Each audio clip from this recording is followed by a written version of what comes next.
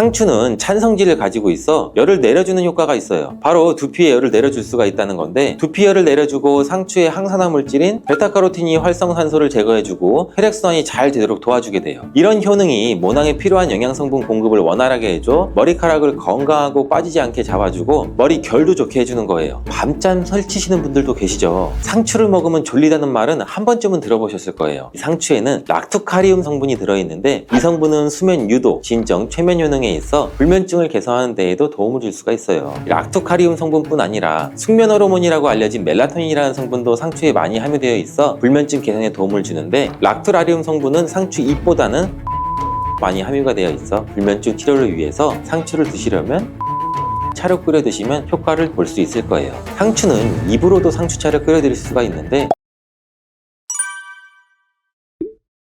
지금부터 말씀드리는 내용 중 하나라도 해당이 되는 분이라면 집중해주세요. 상추에는 이 비타민 AC뿐만 아니라 엽산, 칼슘, 식이섬유 등의 다양한 영양소가 있어서 건강에 아주 좋은 식물이죠. 부작용이 거의 없는 채소라고 알고 있지만 먹는 방법에 따라서 오히려 건강을 해칠 수도 있다는 사실 알고 계신가요? 어떻게 먹고 무엇과 먹느냐에 따라서 상추의 효능은 완전히 달라질 수가 있는데, 지금부터 상추의 효능에는 어떤 것이 있고 먹을 때 주의할 점과 함께 드시면 보약이 되는 음식까지 상추에 대한 모든 걸 알려드릴게요.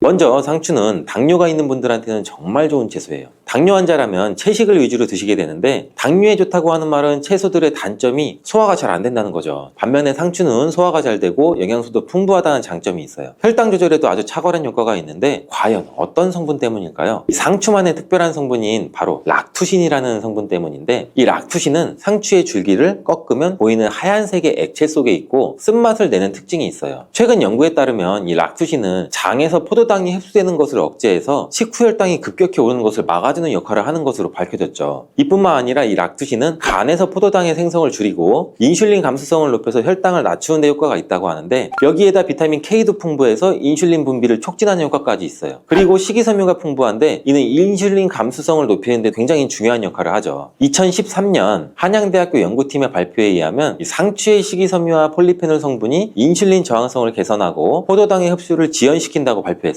상추는 또한 GI 지수가 23 정도, GL 지수가 100g당 0.5로 낮은데, 이 수치가 의미하는 것은 상추를 섭취했을 때 혈당 상승이 최소화되고 포만감은 길게 유지된다는 거예요. 그렇다면 상추와 함께 먹으면 당뇨 관리에 더욱 효과적인 음식에는 어떤 게 있을까요?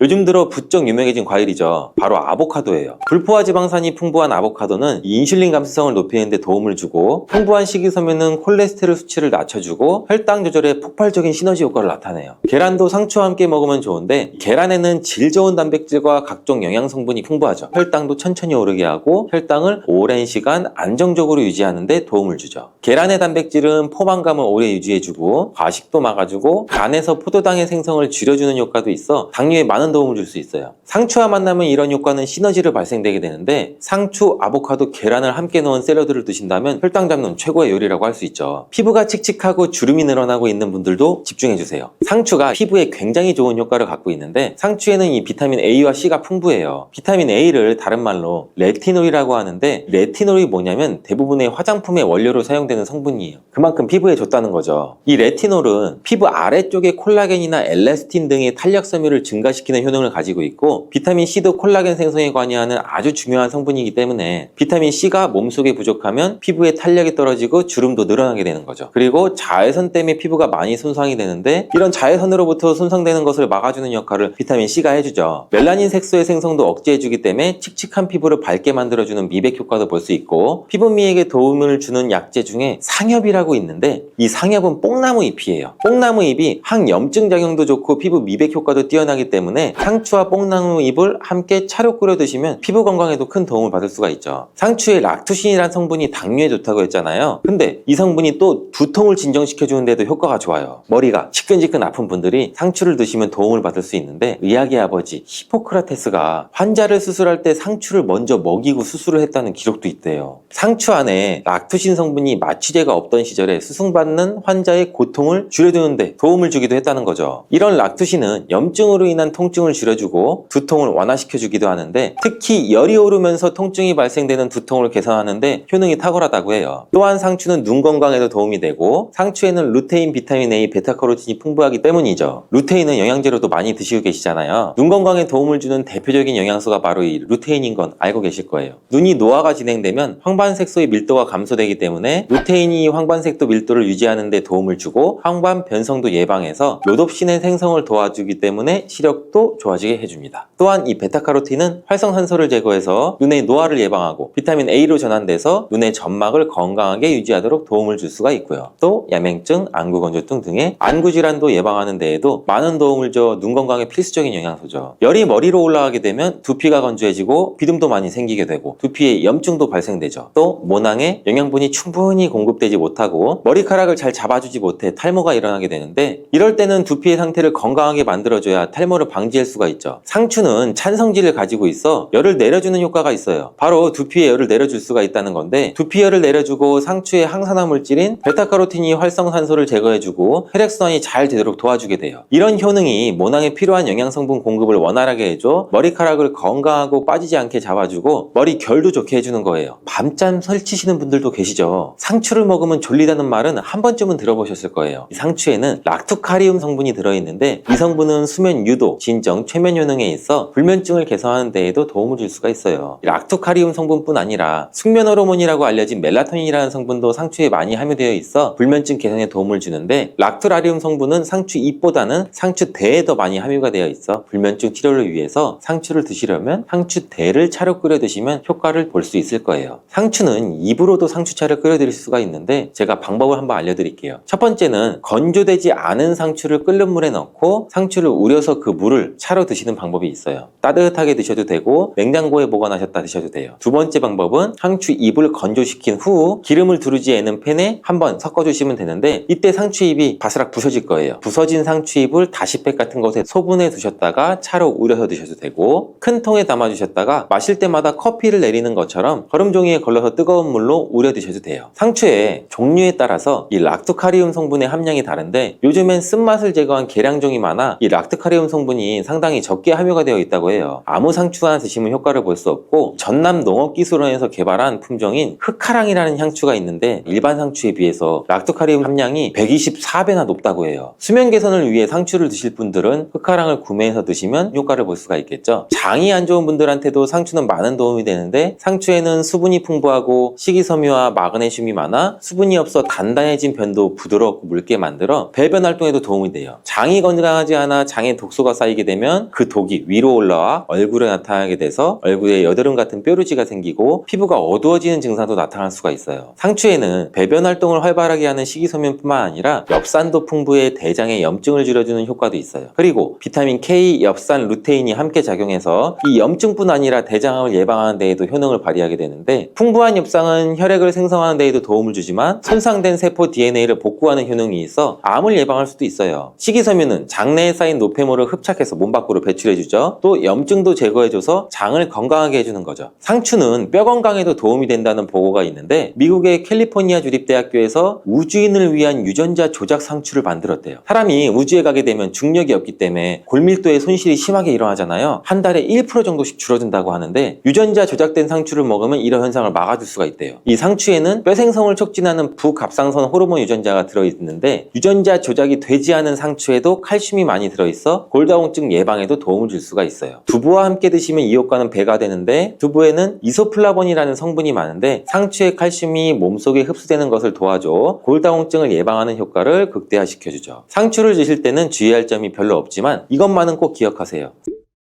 상추는 차가운 성질을 갖고 있다고 하는데, 몸이 찬 사람이나 위장이 약하신 분들이 상추를 너무 많이 드시면 오히려 소화불량이나 설사나 복통 증상 등을 일으킬 수가 있어요. 이런 분들은 상추를 조금만 먹거나 익혀 드시는 게 좋아요. 또 갑상선이 약하신 분들도 주의하셔야 되는데, 상추에는 갑상선 호르몬 생성을 방해하는 성분이 있어 갑상선 기능에 영향을 줄 수가 있죠. 그리고 상추를 보통 쌈을 싸 먹을 때 많이 드시잖아요. 그때 쌈장을 많이 드시게 되는데, 상추가 문제가 아니라 이 쌈장이 문제죠. 쌈장은 다량의 소금과 설탕이 들어가게 되는 되는데 특히 소금의 양이 문제가 되죠. 농촌진흥청의 자료에 따르면 보통 쌈장 100g당 평균 나트륨의 함량이 약 2310mg 들어있다고 해요. 국제보건기구에서는 하루 나트륨 권장 섭취량을 2000mg 이하로 먹으라는데 쌈장 한 수저 드시면 일일 나트륨 섭취량의 약 45%나 먹게 되는 거죠. 우리나라 음식 특성상 소금이 들어간 음식이 많잖아요. 김치나 다른 반찬을 먹게 되면 나트륨 권장 섭취량을 금방 넘게 되죠. 이렇게 과도하게 나트륨을 먹게 되면 고혈압, 심혈관 질환 등의 위험을 높이게 되죠. 혈관에 많으면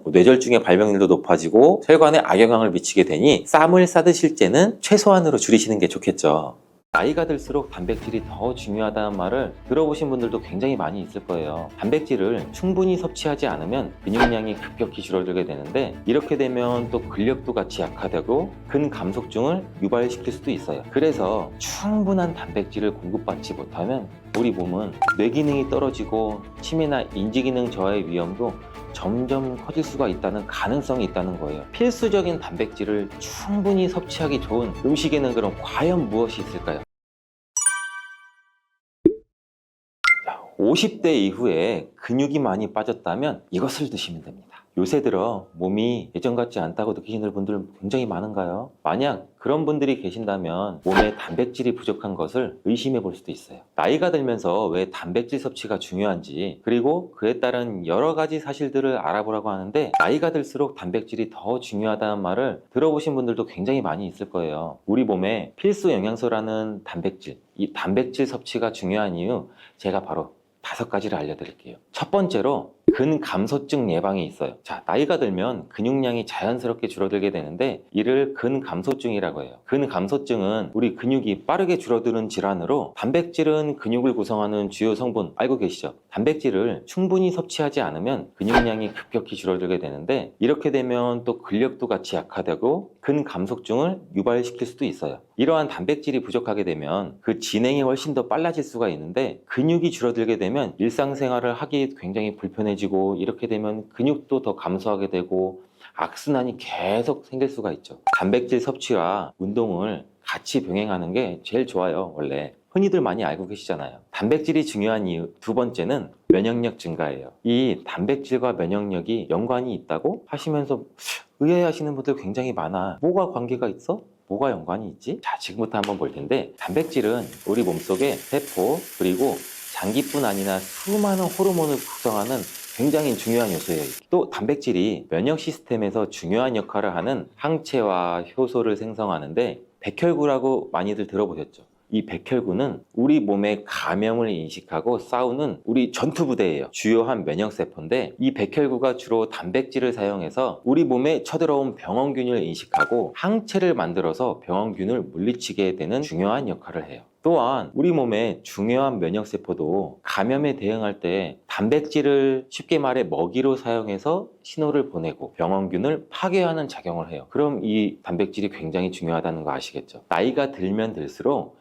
우리 몸의 면역 시스템이 약해지기 쉬운데 그럴수록 이렇게 단백질을 충분히 섭취하면 우리 모두 면역력을 높일 수 있습니다. 자, 단백질 섭취가 중요한 이유 세 번째는 심혈관계 질환 예방이에요. 단백질은 심혈관 건강에도 영향을 주는데 특히 식물성 단백질이 도움을 굉장히 많이 준다고 해요. 예를 들면 우리 몸에 콩류, 견과류 등의 나쁜 콜레스테롤인 LDL 수치를 낮추고 심혈관계 질환의 위험을 줄이는 데 도움이 돼요. 특히나 노년층에서 단백질 섭취는 고혈압이나 동맥경화 그리고 심장병 이런 성인병을 예방하는 데 굉장히 중요한 역할도 같이 합니다. 자, 네 번째는 우리 피부의 탄력 저하를 예방합니다. 피부의 주된 성분 중 하나인 콜라겐 여러분들 굉장히 많이 들어보셨죠? 이 콜라겐은 주로 단백질로 굉장히 많이 이루어져 있는데 나이가 들면 우리가 콜라겐이 자연스럽게 감소하게 돼요. 이로 인해 여기 피부 탄력도 떨어지고 주름도 생기고 이때 단백질을 충분히 섭취하게 되면 피부 건강에도 좋은 영향을 주는데 단백질 공급은 피부 재생을 촉진을 시키기도 하고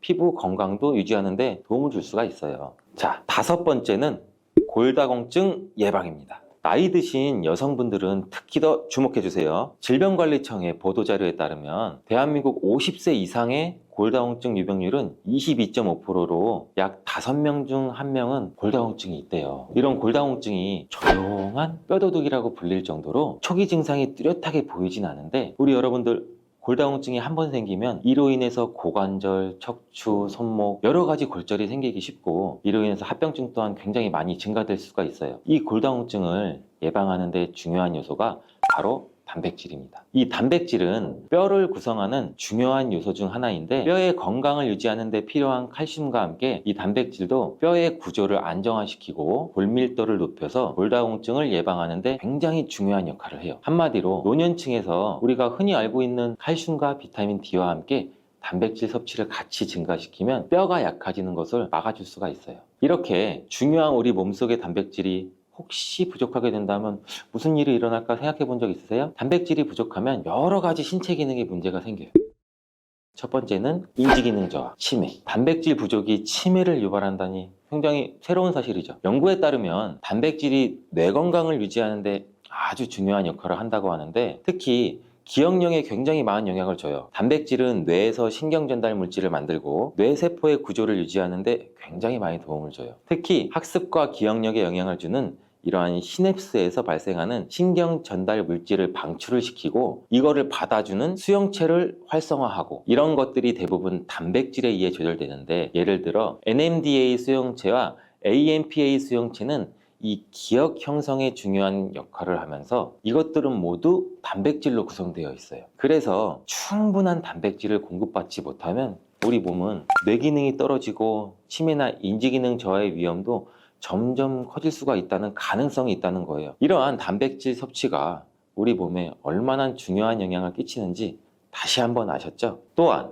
단백질이 부족하게 되면 탈모도 일어날 수 있다는 거 여러분들 아세요? 혹시 머리카락이 점점 얇아지고 있거나 나는 샤워를 하면서 머리를 감는데 하수구 구멍에 머리카락이 한 움큼씩 빠지고 이렇게 느끼는 분들 굉장히 많을 거예요. 이러한 탈모도 단백질 부족과 굉장히 관련이 많아요. 우리 머리카락이 단백질인 케라틴으로 주로 이루어져 있기 때문에 단백질이 부족하면 머리카락이 자연스럽게 약해지고 그 증상이 점점 심해지면 탈모가 올 수 있어요. 옛날에 뭐 촛불을 태우거나 흔히 라이터를 켜서 불을 붙이거나 할 때 머리카락이 타면 곱슬곱슬하게 금방 타고 약간 돼지 비린내 아니면 뭐 탄내, 지방 탄내가 올라오잖아요. 우리가 또 흔히 광고로 많이 접하는 탈모 영양제 같은 경우도 맥주 효모 성분과 머리카락을 구성하고 있는 아미노산 단백질로 많이 이루어져 있어서 그 영양제의 대부분이 맥주 효모와 단백질로 구성이 되어 있는 것을 보면은 쉽게 이해가 가실 거예요. 그러니 건강한 모발을 생각한다면 단백질을 잊지 말고 섭취하시는 게 맞겠죠? 그런데 말입니다. 왜 노년층이 단백질을 더 많이 섭취해야 하는 걸까? 젊은 사람보다 더 중요한 이유가 있을까요? 그 이유는 노년층은 근육이 자연스럽게 감소가 돼요. 또 신진대사도 느려져서 우리 몸의 기초대사량이 감소하기 때문에 체지방률이 증가할 수가 있고 단백질의 체내 합성 능력 또한 떨어지게 돼요. 그러면 어떻게 될까요? 근육량이 줄어들게 되면 그만큼 여러분들의 신체 활동도 힘들어지면서 일상생활에서 어려움을 겪을 수가 있는 거예요. 그래서 노년층은 단백질을 충분히 섭취해서 근육을 유지하는 게 정말 중요해요. 근데 노년층은 소화 기능이 떨어지기 때문에 사실 고기나 생선 같은 이러한 동물성 단백질을 섭취하는 게 굉장히 불편할 수가 있어요. 또 나이가 드시면서 식사량 또한 감소가 될 수가 있고 식사 준비의 번거로움도 매끼 단백질을 챙겨 먹고 하는데 어려움을 주는 게 사실이에요. 그래서 혼자 지내시는 분들은 더욱더 단백질 섭취가 어렵기도 해요. 어떤 분들은 체중 증가를 걱정하시면서 단백질이 고칼로리라고 생각해서 드시기를 꺼려 하시고 그렇다고 해서 섭취하기 어렵다고 단백질의 섭취를 멀리해서는 절대 안 됩니다. 우리 몸에 이렇게 필수적인 단백질을 충분히 섭취하기 좋은 음식에는 그럼 과연 무엇이 있을까요? 제가 지금 바로 알려드릴게요. 단백질을 섭취하기에 좋은 추천 음식 4가지를 바로 소개해드리면 첫 번째, 계란입니다. 사실 단백질 하면 가장 먼저 떠오르는 식품이 계란이죠. 운동을 굉장히 많이 하는 분들도 계란도 많이 먹고 이 하루에 필요한 단백질의 20%를 계란으로 섭취할 수 있다는 거 아셨나요? 특히 계란의 단백질은 완전 단백질로 분류하게 되는데 이는 우리 몸이 제대로 기능하는데 필요한 필수 아미노산을 포함한다는 거예요. 계란은 단백질뿐 아니라 비타민 A, D, E도 함유하고 있어서 건강에 매우 좋은데 자연적으로 비타민 D를 함유하고 있는 드문 식품 중 하나예요, 이 계란이. 또한 계란 노른자에는 칼슘, 구리, 요오드, 철분 이렇게 미네랄 굉장히 많이 풍부하고 있는데 이 계란을 먹으면 정말 많은 다양한 영양소를 섭취할 수 있다면 이점이 분명하게 있다는 거예요. 자, 두 번째 식품은 생선이에요. 우리 등푸른 생선 좋다는 이야기는 누구나 한 번쯤은 들어보셨을 텐데 사실 이 등푸른 생선뿐 아니라 다른 생선도 저지방 고단백 식품으로 다른 고단백 식품인 육류에 비해서 지방 함량은 낮고 필요한 영양소는 그대로 제공해줘요. 생선에는 단백질과 오메가3가 풍부하고 지방산도 굉장히 풍부하게 함유되어 있는데 이는 심혈관 질환 건강에 피를 맑게 해주는 역할도 같이 해서 좋다고 알려져 있죠. 특히 연어, 고등어, 참치 같은 생선은 단백질뿐만 아니라 항염증 효과도 있어요. 그리고 대구 같은 백색 생선은 지방 함량이 매우 적고 단백질은 상대적으로 많아 체중 걱정이신 분들, 다이어트를 생각하시는 분들한테도 굉장히 좋은 생선이에요. 등푸른 생선도 지방 함량은 높지만 이 지방이 건강에 유익한 오메가3 지방산이기 때문에 건강에 도움이 굉장히 많이 되는데 생선의 단백질은 다른 육류나 콩류보다 소화가 편하고 생선의 살은 비교적 굉장히 부드럽잖아요. 우리 씹으면 싹 녹는 생선도 많고 섬유질을 가지고 있어서 소화도 빠르고 몸에 또 쉽게 영양분이 흡수가 돼요. 이처럼 좋은 생선을 안 먹을 이유가 한 개도 없겠죠. 자, 세 번째는 유단백 식품인 우유와 요거트 같은 유제품이에요. 유제품을 섭취하면 칼슘도 함께 챙길 수 있어서 골다공증 예방에도 물론 도움을 줄 수는 있는데 유제품에 포함된 단백질은 잘만 선택을 하면 굉장히 고품질 단백질이 있는 것들도 많이 있습니다. 이 고품질 단백질은 우리 몸의 신체가 효율적으로 사용하고 필요한 아미노산을 모두 공급하는 단백질을 말하는데 유제품에 포함된 주요 단백질은 이 카제인과 웨이로 두 가지 모두 필수 아미노산을 풍부하게 포함하고 있어요. 웨이 단백질이라는 것도 생소하실 텐데 소화가 쉽기 때문에 웨이 단백질은 운동 직후 우유를 섭취하면 근육에 있는 아미노산을 빠르게 공급할 수 있어요. 또 카제인은 천천히 흡수돼서 장기간 일정 수준의 아미노산을 우리 몸에 제공해 근육 손실을 방지하는 데 도움을 줄 수가 있어요. 하지만 우유 제품을 먹으면 속이 더부룩하거나 불편하신 분들도 많으시죠. 많은 사람들이 유제품을 섭취할 때 소화 불편을 겪을 수가 있는데 특히 락토스 불내증, 즉 유당불내증이 있는 경우에요. 어린이들도 유당불내증이 있는 어린이가 많아서 요새 시장은 굉장히 다양해져서 이런 분들을 위한 락토프리 우유, 치즈, 요구르트 등은 이 락토스가 거의 없거나 적은 제품들도 굉장히 많이 나와 있어요. 이 락토스 불내증이 있는 사람들도 이런 유제품은 문제없이 섭취가 할 수 있는데 소화가 어렵거나 내가 힘드신 분들은 참고하시면 될 것 같아요. 자, 네 번째는 콩류예요. 우리 콩류 또한 식물성 단백질로 굉장히 유명하죠. 콩류는 식물성 단백질을 제공하는 가장 대표적인 식품인데 두부나 우유 같은 식품으로 쉽게 섭취할 수도 있고 콩류와 같은 식물성 단백질은 고기와 유제품과 같은 동물성 단백질에 비해 지방 함량이 굉장히 낮아요. 또한 콜레스테롤이 없는 특징도 갖고 있어요. 특히 콩, 렌틸콩, 병아리콩, 검정콩 굉장히 많잖아요. 이 콩류들이 굉장히 많은데 다양한 종류의 콩류는 이렇게 필수 아미노산을 풍부하게 포함하고 있어서 우리가 신체가 필요로 하는 단백질을 고루고루 제공해요. 특히 고기나 생선 같은 동물성 단백질이 소화가 어려우신 분들한테는 두부나 비지찌개 같은 소화가 잘 되면서 단백질도 섭취할 수 있는 이렇게 일석이조 이러한 콩류가 굉장히 좋은 단백질 식품이에요. 꼭 한번 기억해 주시길 바래요. 이렇게 몸에 필수적인 단백질 음식만으로 과연 충분히 섭취하면 좋겠지만 그게 어려운 경우도 굉장히 많아요. 이때 단백질 보충제도 좋은 선택도 될 수 있습니다. 운동 전후에 빠르게 단백질을 우리가 보충하고 싶을 때 굉장히 많잖아요. 식사를 통해 충분한 단백질을 섭취하기 어려운 경우는 보충제가 굉장히 유용한데 마트나 인터넷에서 쉽게 찾을 수 있는 단백질 파우더나 고단백 프로틴바를 이용하면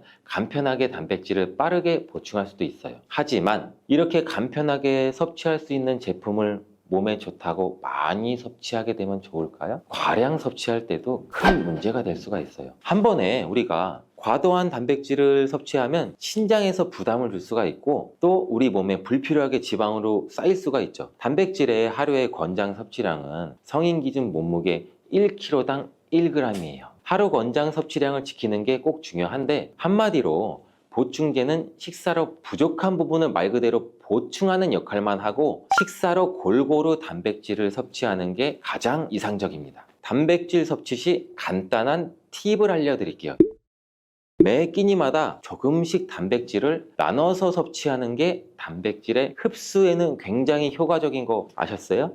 모르셨죠? 단백질은 탄수화물과 지방과 다르게 잉여 단백질이라는 게 있어요. 이 잉여 단백질은 우리 몸에 저장이 되지 않아요.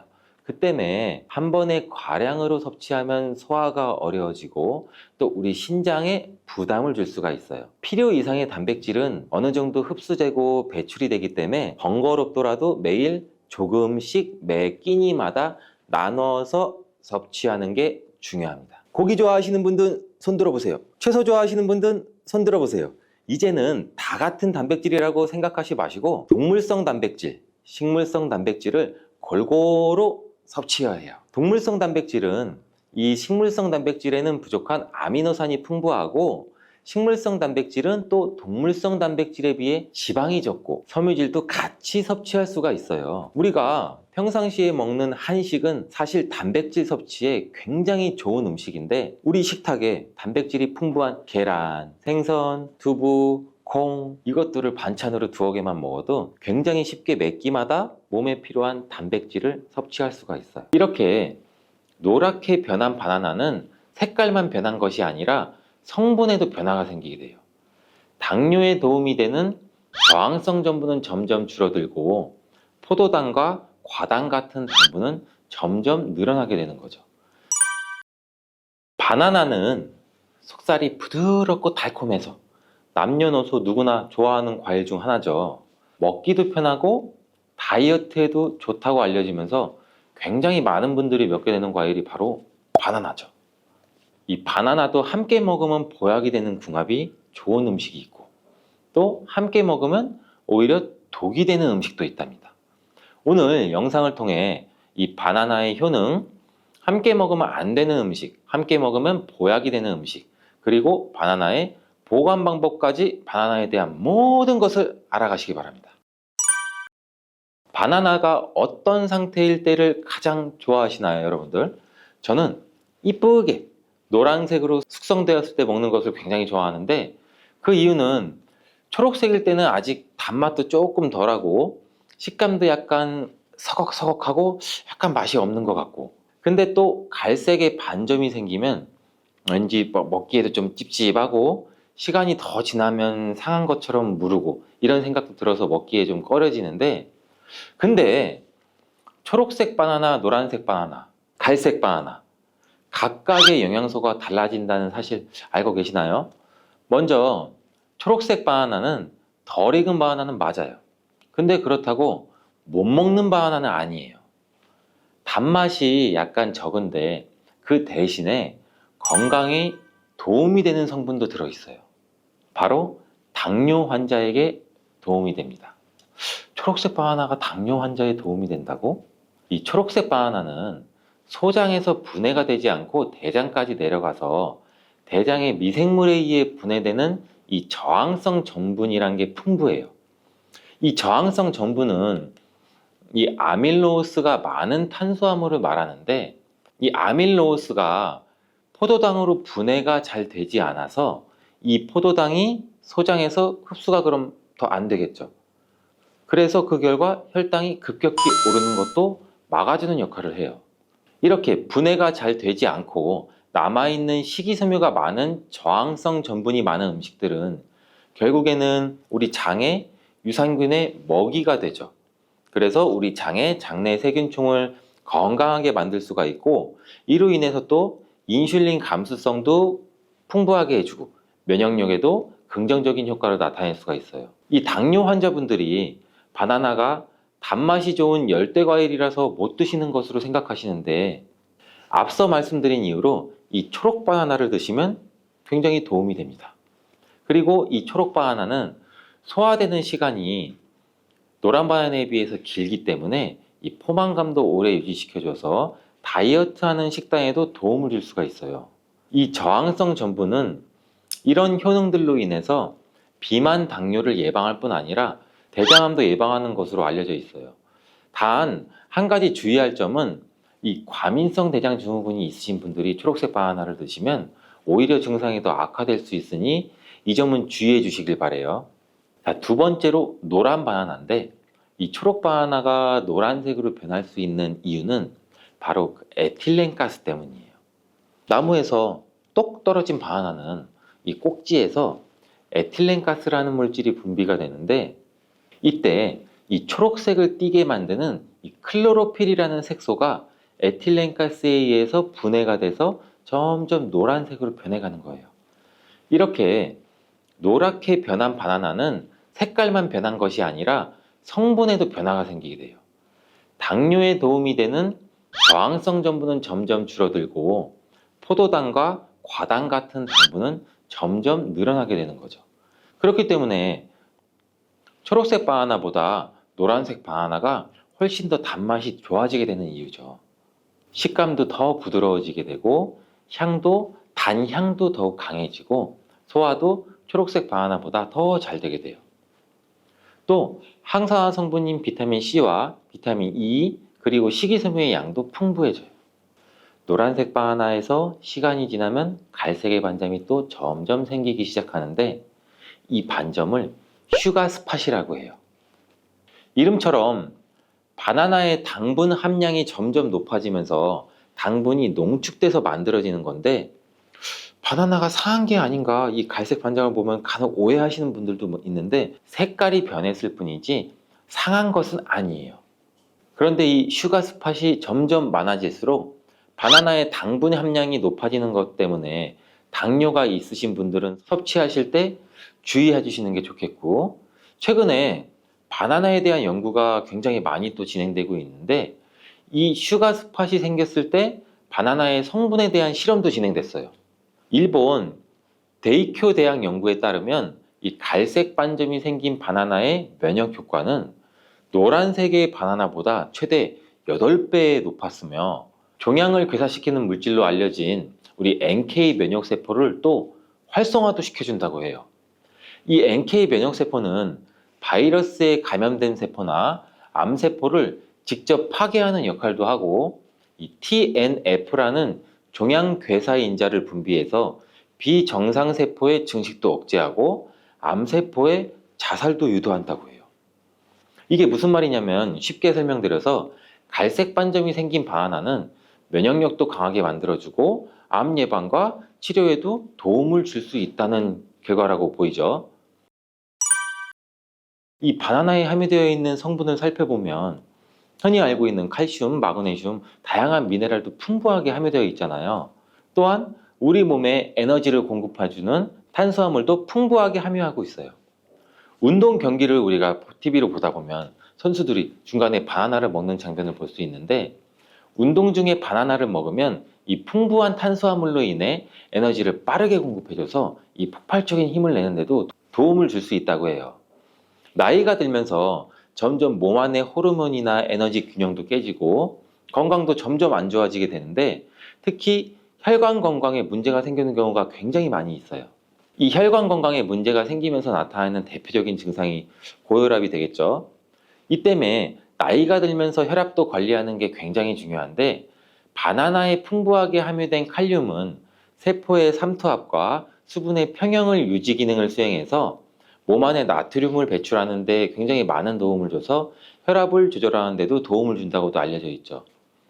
성인의 하루 칼륨의 권장 섭취량이 남성은 약 한 4,700ml 정도 되고 여성은 3,500ml 정도 되는데, 실제로 섭취하는 칼륨의 양은 남성은 55%, 여성은 75% 정도만 섭취하는 것으로 통계를 통해 확인할 수도 있어요.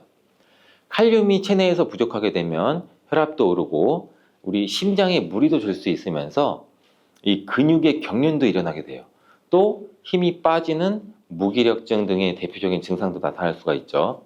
또 바나나 한 개에는 하루 권장 섭취량의 약 15%의 칼륨이 함유되어 있어 우리가 부족한 칼륨을 보충하는데 탁월한 도움도 줄 수 있죠. 또 바나나에는 비타민 B6도 풍부한데, 이 비타민 B6는 피리독신이라고 불리우는데 인체의 기능을 정상적으로 유지하는 데 굉장히 중요한 역할을 하는 수용성 비타민이에요. 이 비타민 B6는 우리 신경 전달 물질을 생산하는데, 특히 행복 호르몬이라고 불리는 세로토닌의 합성에도 굉장히 중요한 역할을 해요. 이 세로토닌은 행복감과 안정감을 느끼게 해주고 우리 몸의 스트레스도 완화시켜주고 또 식욕을 조절해서 체중 감량에도 도움을 주고 수면의 질도 향상시켜 피로회복에도 도움을 주는 성분이에요. 이러한 효능으로 우울증, 불안장애, 불면증 이렇게 정신질환도 같이 예방되고 치료하는 데에도 활용되는 성분이 세로토닌이에요. 쉽게 말해서 바나나를 섭취하면 행복감을 높일 수 있는데 도움을 줄 수 있다는 거죠. 또 비타민 B6는 우리 몸의 호모시스테인 농도도 조절해줘서 이 심혈관 질환이나 뇌혈관 질환도 예방하고 단백질을 분해해서 몸에 에너지를 공급하는 데도 도움을 줘서 우리 바나나를 먹으면 힘이 나는 거예요. 이렇게 좋은 효능이 있는 바나나도 함께 먹이면 오히려 독이 되는 식품이 있는데 그 첫 번째가 바로 우유예요. 우유? 바나나 우유? 이 그렇게 유명한 바나나 우유도 있는데 무슨 말을 하는 건지 이렇게 생각하시는 분들도 있죠. 맞아요. 우유에 풍부한 칼슘은 흡수가 잘 안 돼서 다른 미네랄 성분이 필요한데 대표적으로 비타민 D와 마그네슘이 칼슘의 흡수를 도와주죠. 바나나의 칼륨과 함께 우리 몸속의 나트륨을 배출해주는 효능도 극대화시켜주기도 하는데 이 우유에 풍부한 트립토판도 세로토닌의 분비도 도와줘서 바나나와 함께 행복도를 높이는데 탁월한 효능을 발휘하기도 해요. 하지만 이러한 효능도 소화를 잘 시켰을 때 이야기예요. 이 소화력이 좋은 분들한테는 이런 효능을 누릴 수 있지만 나이가 들면 들수록 소화가 잘 안 되시는 분들이 바나나와 우유를 함께 드시게 되면 이 불용성인 바나나가 위 속에 오래 남아있게 되고 바나나의 유기산과 당분이 우유의 풍부한 단백질 칼슘과 결합해서 소화가 더 어려워지게 된다고 해요. 바나나가 우유의 결합물이 위와 장에서 과발효가 일어나고 소화기관에 무리가 주게 된다는 얘기죠. 이렇게 되면 위염이나 식도염 등 다양한 질환이 나타날 수 있고 계속되면 만성질환이 나타날 수도 있고 위 건강이 안 좋으신 분들이나 위가 약하신 분들, 소화가 잘 안 되시는 분들은 주의해서 드시라고 말씀을 드리는 거예요. 그렇다면 장 건강에 도움을 주는 바나나와 함께 먹으면 좋은 음식은 없을까요? 있습니다. 바로 오트밀이에요.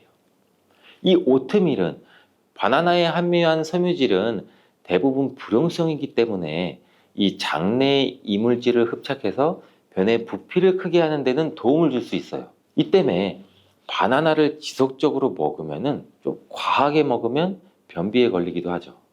이를 방지하려면 수용성 섬유질이 필요한데 오트밀에는 이 수용성 섬유질이 50% 이상이나 함유되어 있어서 바나나와 오트밀을 함께 섭취하게 되면 섬유질의 균형이 잘 맞아서 변을 무르게 해서 배변도 원활하게 해주고 장 건강에도 도움을 줄 수 있답니다. 또한 이 콜레스테롤의 배출도 도와줘서 혈관 내의 나쁜 콜레스테롤의 수치도 낮추는 데에도 도움을 줄 수가 있고요. 바나나와 함께 독이 되는 음식 두 번째는 바로 고구마예요. 고구마는 바나나와 함께 다이어트에 도움이 되는 음식으로 함께 섭취하는 경우가 종종 있는데 이 고구마와 바나나는 복합 탄수화물이 풍부해서 포만감을 길게 유지해줘서 다이어트에 물론 도움이 될 수 있어요. 하지만 한 가지 문제가 있는데 바나나와 고구마 둘 다 칼륨 함량이 높다는 거예요. 칼륨은 과다하게 섭취하게 되면 우리 몸에 고칼륨 혈증을 일으킬 수도 있고 이로 인해서 무력감이나 피로감, 메스꺼움, 구토, 호흡곤란 이런 증상도 올 수가 있으며 심한 경우 저혈압이나 부정맥, 근육마비나 심장마비 이런 심각한 부작용도 나타날 수가 있는데 소량 섭취하면 큰 문제가 되지 않지만 과량 섭취 시 신장이 약하신 분들 또 몸에서 칼륨 배출이 원활하지 않기 때문에 고구마와 바나나를 지속적으로 과다하게 함께 드시게 되면 신장도 망가뜨릴 수가 있어서 이런 점을 주의하면 좋다고 말씀드리는 거예요. 바나나와 함께 먹으면 보약이 되는 음식은 오트밀에 이어서 파인애플이 있어요. 이 바나나와 파인애플에는 브로멜라인이라는 효소가 풍부한데 이 효소는 운동 후에 생기는 근육의 염증을 빠르게 회복시키고 또한 근육의 피로회복에도 도움을 주는 것으로 알려져 있어요.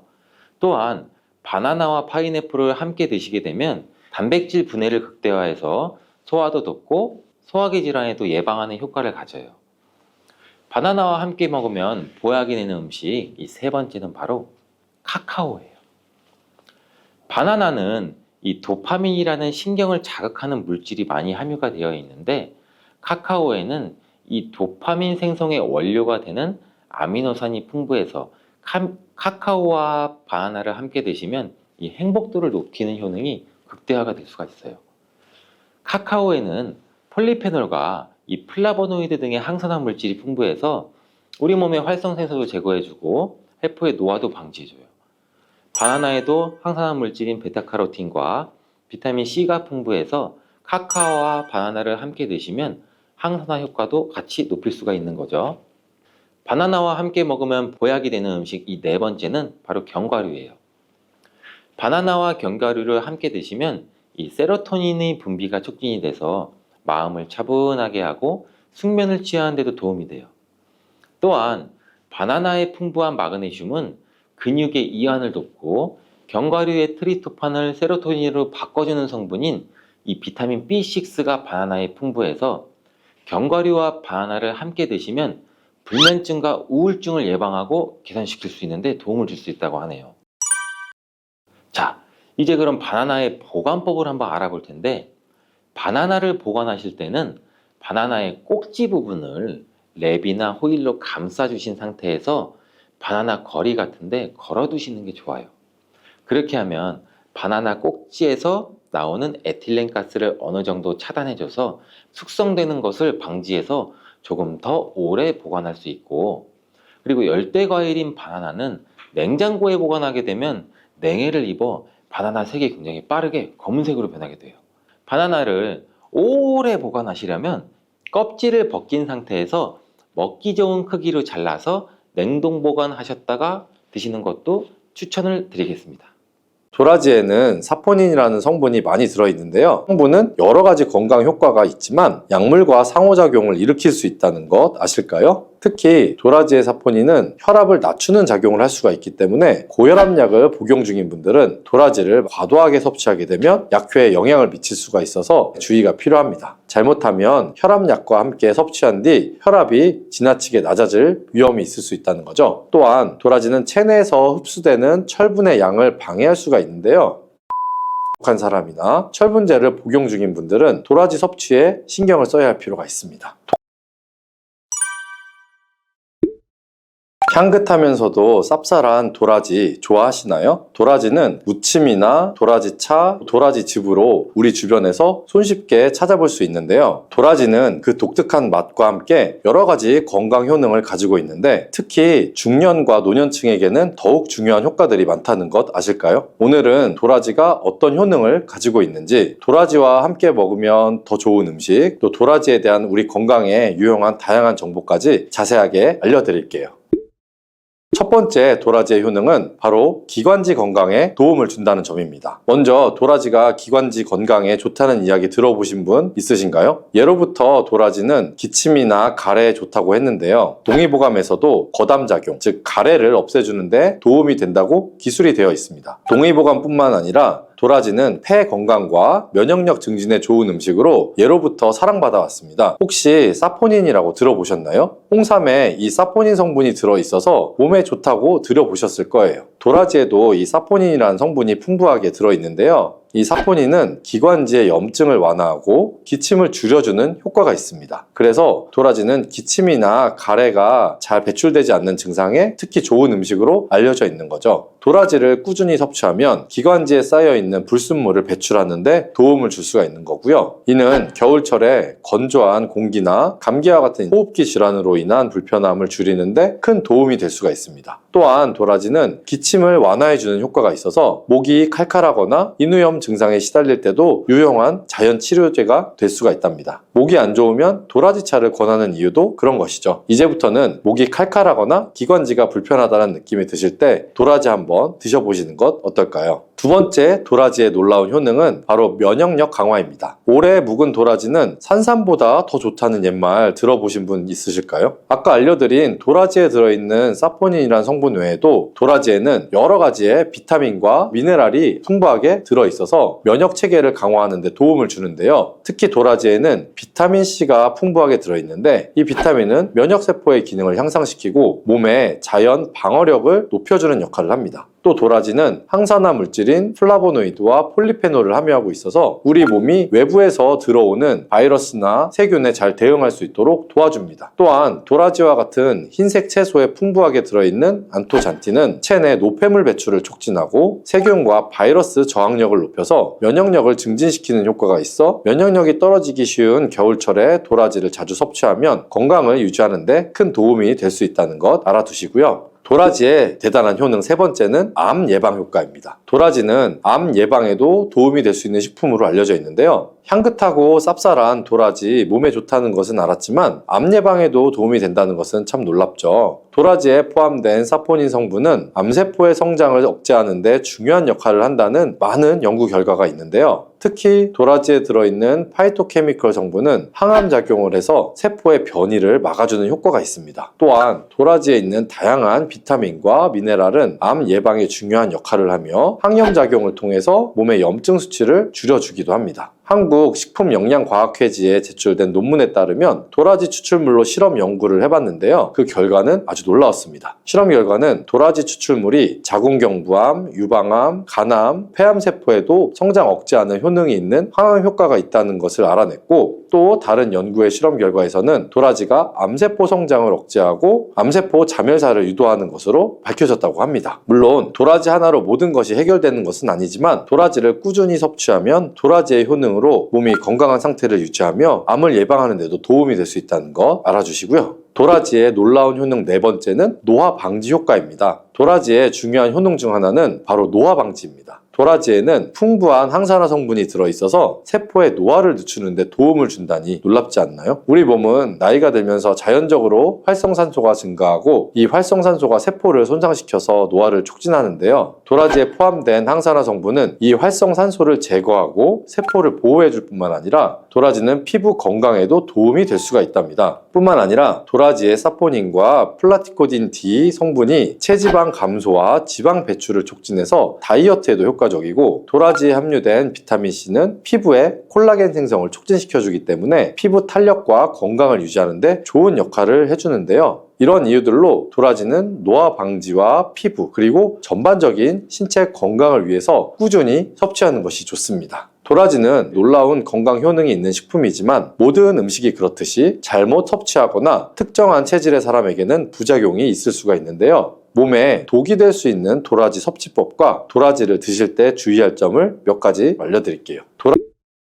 도라지가 독이 될 수도 있는 첫 번째, 바로 도라지와 약물의 상호작용입니다. 도라지에는 사포닌이라는 성분이 많이 들어있는데요. 이 성분은 여러 가지 건강 효과가 있지만 약물과 상호작용을 일으킬 수 있다는 것 아실까요? 특히 도라지의 사포닌은 혈압을 낮추는 작용을 할 수가 있기 때문에 고혈압약을 복용 중인 분들은 도라지를 과도하게 섭취하게 되면 약효에 영향을 미칠 수가 있어서 주의가 필요합니다. 잘못하면 혈압약과 함께 섭취한 뒤 혈압이 지나치게 낮아질 위험이 있을 수 있다는 거죠. 또한 도라지는 체내에서 흡수되는 철분의 양을 방해할 수가 있는데요. 철분이 부족한 사람이나 철분제를 복용 중인 분들은 도라지 섭취에 신경을 써야 할 필요가 있습니다. 도라지를 섭취할 때는 철분 보충제나 기타 약물을 복용하는 시간을 두고 섭취하는 것을 기억해 주시고요. 도라지 섭취할 때 주의할 점 두 번째는 바로 소화 기능이 약한 사람의 섭취입니다. 도라지가 소화에 안 좋다니 놀라셨나요? 소화 기능이 약한 사람들은 도라지 섭취에 주의해야 하는데요. 도라지는 섬유질이 풍부해서 소화를 촉진하는 데 도움을 줄 수가 있지만 소화가 약한 사람에게는 오히려 자극을 줄 수가 있기 때문인데요. 도라지를 좀 과하게 섭취하면 위장이 민감한 사람들은 배탈이 나거나 또 설사를 경험할 수가 있고 또한 도라지에 들어있는 사포닌이 위벽을 자극할 수가 있기 때문에 위염이나 위장장애가 있는 분들은 도라지 섭취를 자제하거나 적은 양으로 시작하는 것이 좋습니다. 또한 도라지는 차가운 성질을 가지고 있어서 찬 음식을 잘 소화하지 못하는 체질의 사람들에게는 문제가 될 수 있는데요. 특히 몸이 차가운 성질을 가진 분들이 도라지를 과도하게 섭취하면 위장이 자극을 받아 소화불량이나 복통을 일으킬 수가 있습니다. 체질에 맞지 않는 음식을 먹으면 소화기관에 무리가 가기 때문에 도라지의 섭취는 체질에 맞는 사람에게는 건강에 아주 좋지만, 만약 평소에 찬 성질의 음식을 자주 피하고 있다면 도라지를 섭취하기 전에 체질에 맞는지 한번 점검해 보시면 좋고요. 체질에 잘 맞지 않다면 도라지의 효능을 제대로 누리기가 어려울 수가 있기 때문입니다. 소화 기능이 약한 사람들은 처음에는 소량을 섭취해보고 그 후에는 반응을 살펴보면서 양을 조절하는 것이 중요하고요. 도라지를 끓여서 차처럼 마시거나 다른 음식과 함께 섭취하면 소화에 부담을 덜어줄 수가 있으니까 소화기관이 약하신 분들은 이런 방법을 꼭 고려해 보시면 좋겠습니다. 도라지를 먹을 때 궁합이 좋은 음식들과 함께 섭취하면 그 효능을 더욱 극대화할 수 있다는 것 아실까요? 이 음식들을 도라지와 함께 섭취하면 서로의 효능을 보완하고 건강에 좋은 영향을 미칠 수가 있다는데요. 그럼 어떤 음식이 도라지와 잘 어울리는지 궁금하신가요? 도라지와 함께 먹으면 좋은 음식들을 바로 소개해 드릴게요. 첫 번째로 찰떡궁합은 도라지와 사과입니다. 도라지와 사과는 궁합이 정말 좋은 음식이라는 거 아셨을까요? 사과에는 비타민C와 식이섬유가 풍부하게 들어있는데요. 이 성분들이 도라지와 함께 섭취하면 서로 시너지 효과를 낼 수가 있습니다. 도라지가 가진 항산화 성분과 비타민C, 그리고 사과가 가지고 있는 비타민과 여러 영양 성분들이 결합하면 면역력 강화에 큰 도움이 되며 특히 겨울철 감기 예방에 아주 효과적입니다. 사과는 소화에도 도움이 되는 음식인데 도라지와 함께 섭취하면 소화 불량을 예방하는 데에도 좋습니다. 또한 사과의 달콤한 맛이 도라지의 쌉싸름한 맛을 완화시켜 주어서 맛도 좋게 즐길 수가 있고요. 그래서 도라지를 사과와 함께 갈아서 먹거나 혹은 도라지 차에 사과 조각을 넣어서 먹는 것도 좋은 방법이니까 한번 드셔보시기 바랍니다. 도라지와 함께 먹기 좋은 두 번째 추천할 음식은 바로 배입니다. 배와 도라지의 궁합은 아주 유명하죠. 배는 도라지와 함께 섭취할 때 기관지의 건강을 더욱 강화할 수 있는 음식인데요. 배는 수분이 풍부하고 기침을 완화하는 데 효과적인 성분을 가지고 있습니다. 또한 배에 들어있는 비타민과 미네랄은 도라지의 효능을 더 잘 흡수할 수 있게 도와준답니다. 도라지와 배를 함께 섭취하면 기침을 줄이고 기관지 건강을 보호하는 데 큰 도움이 될 수 있다는데요. 배와 도라지를 함께 넣고 끓여서 차로 마시면 감기 예방과 기침 완화에 효과적이고 몸을 따뜻하게 해주는 효능도 있습니다. 또한 영양뿐만 아니라 배의 달콤함이 도라지의 쌉싸름한 맛을 부드럽게 해주어서 맛있게 즐길 수가 있답니다. 특히 쌀쌀한 겨울철 배와 도라지를 함께 드시면 맛도 좋고 몸에도 보양만큼 좋으니 꼭 챙겨 드셔야겠죠. 도라지와 환상의 짝꿍 세 번째는 바로 생강입니다. 생강은 차가운 성질을 가진 도라지를 따뜻하게 만들어주는 음식으로 도라지와 함께 섭취하면 몸을 따뜻하게 하고 소화 기능을 도와주는데요. 생강은 위장을 자극해서 소화를 촉진하고 몸에 쌓인 노폐물을 배출하는데 효과적이죠. 특히 도라지와 생강을 함께 끓여서 차로 마시면 겨울철에 몸을 따뜻하게 해주고 면역력을 강화하는 데도 아주 좋습니다. 생강은 혈액순환을 도와주고 염증을 감소시키는 효과가 있어서 도라지의 효능을 더욱 잘 살려준답니다. 이 두 가지를 함께 섭취하면 감기 예방뿐만 아니라 체내에 쌓인 독소를 배출하는 데에도 큰 도움이 되니까 도라지와 생강을 함께 우려서 차로 한번 마셔보세요. 도라지와 찰떡궁합인 음식이 있으면 도라지와 궁합이 좋지 않은 식품도 있겠죠. 도라지의 효능을 제대로 누리기 위해서는 음식의 궁합도 신경을 써야 하는데요. 도라지와 함께 먹을 때 피해야 할 식품들을 바로 소개해 드릴게요. 첫